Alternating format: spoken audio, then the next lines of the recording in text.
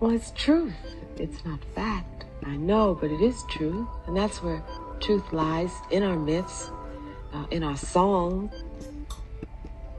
I feel like I'm torturing myself at this point, and I feel obligated to finish it. I think once I reach over the 50% mark, I feel obligated to read a book, no matter my own philosophy.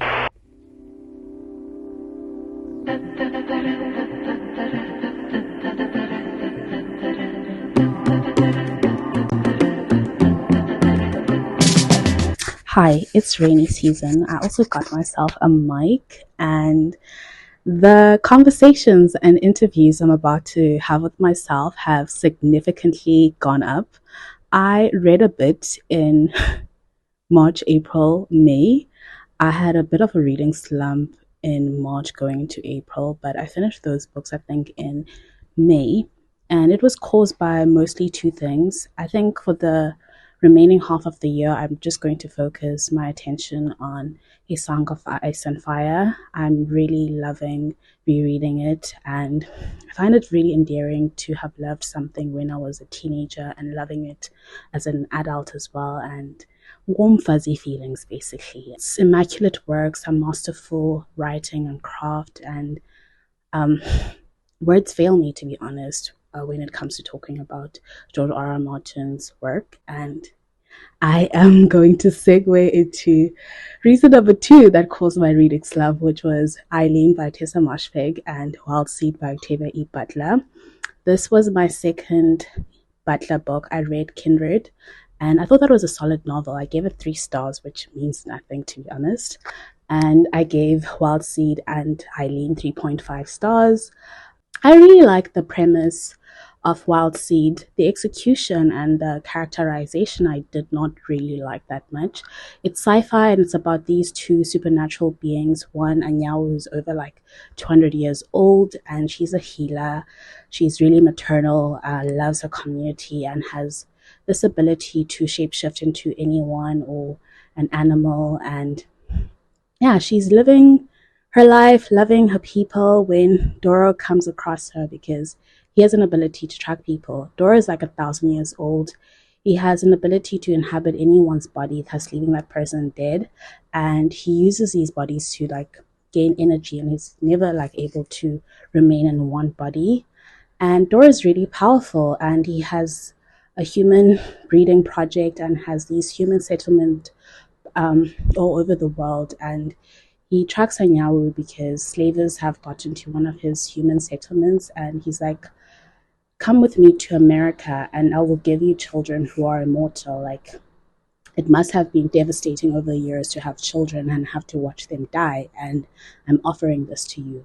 Anyawu understands that she doesn't have a choice really, and she's a slave at this point, and that if she doesn't go, Dora's going to probably kill her. And she goes, and they have a really interesting dynamic, especially at the beginning of their relationship, because in as much as Anyawu knows that Doro, something is off about him, she's also just like, this offer that he's given me is really enticing me, to be honest, and I'm physically attracted to him, and we have an emotional bond. And that's before obviously things get worse. This book has a lot of dark subject matter. There's a lot of sexual violence, there's a lot of incest.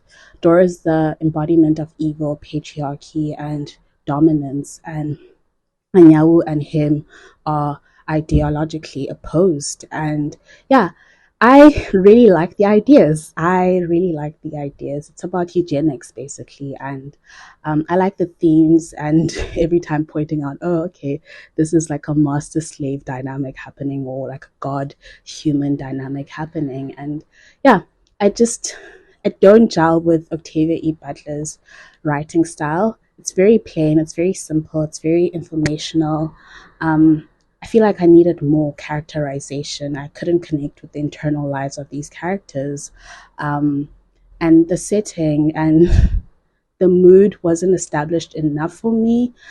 This book takes place over like centuries, and there was nothing on page to show that times had changed, to be honest.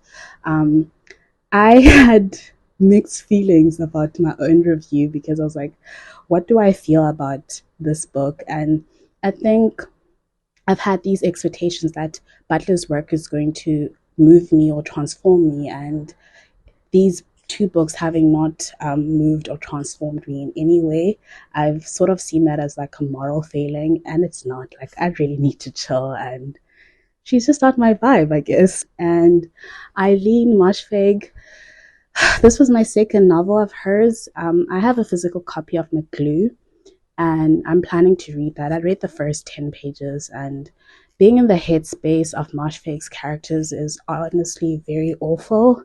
They tend to be self loathing, very miserable, very hateful characters, and again, it's not my vibe. And I think after McGlue, I'm done with Moshfegh. I'm curious to hear other people's opinions because I feel like she's a really controversial sort of author.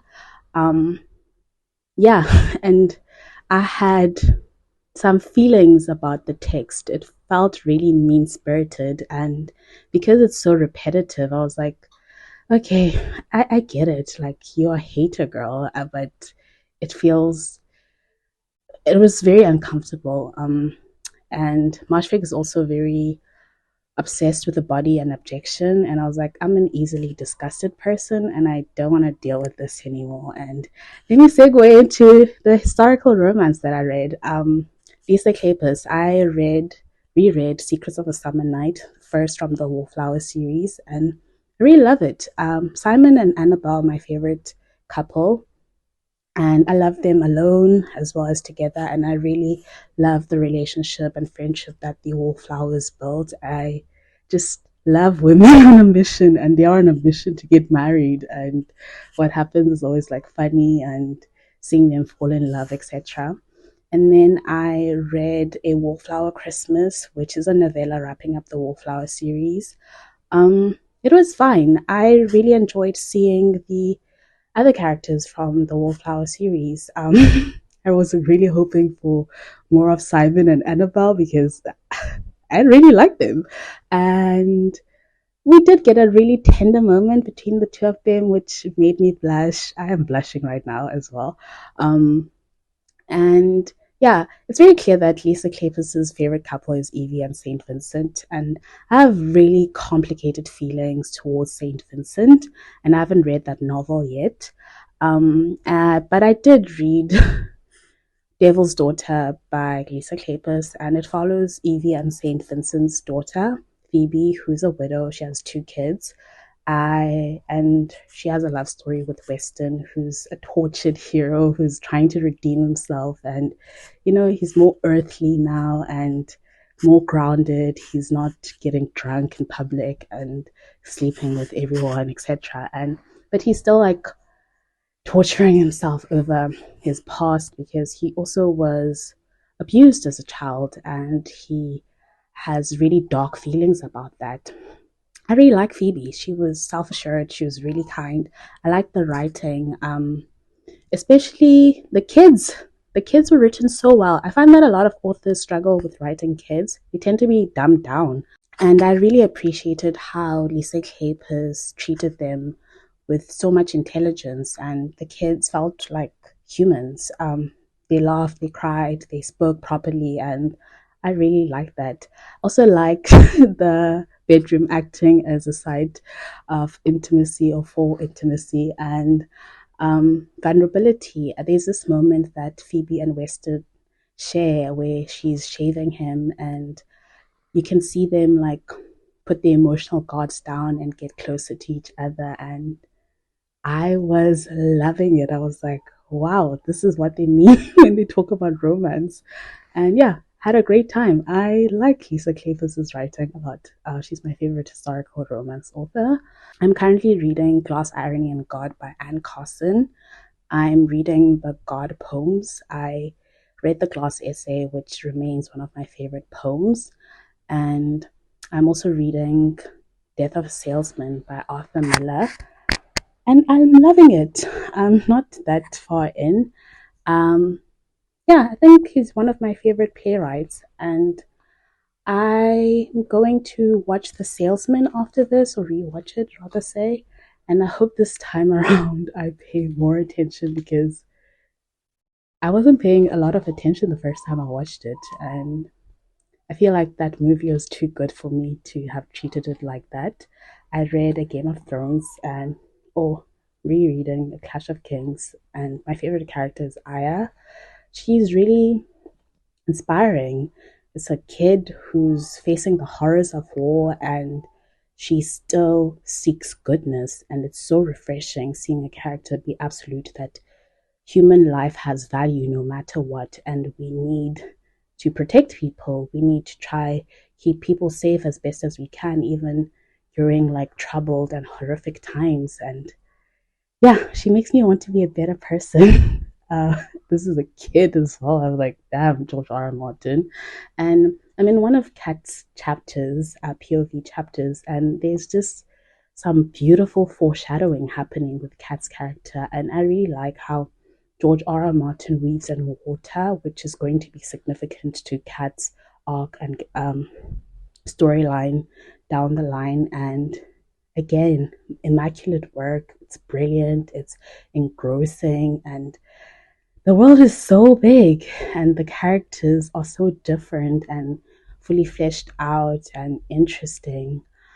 Even my least favorite characters, I'm loving this time around, and chef's kiss, basically. Anyway, if you've read any of the things that I've mentioned, or have any feelings about anything whatsoever, let me know, and I'll see you when I do. Bye.